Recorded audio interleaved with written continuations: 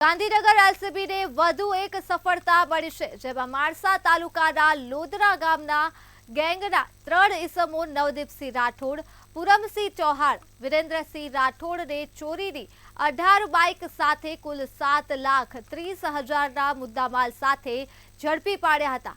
આ ઇસમો છેલ્લા 1.5 વર્ષથી અમદાવાદ, સાબરકાંઠા, માણસા, ગાંધીનગરના તાલુકામાં ચોરીને અંજામ આપતા હતા।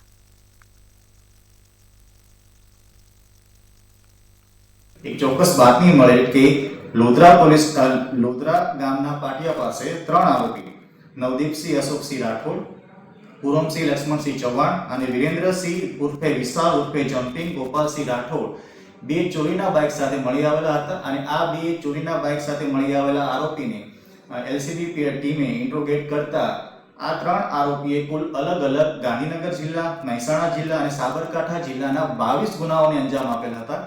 ઇન્ટ્રોગેશન દરમિયાન આ 3 આરોપીઓ પાસેથી કુલ 18 વ્હીકલો રિકવર કરવામાં આવેલા છે અને આ 18 ટુ વ્હીલરની કુલ કિંમત 7,30,000 છે।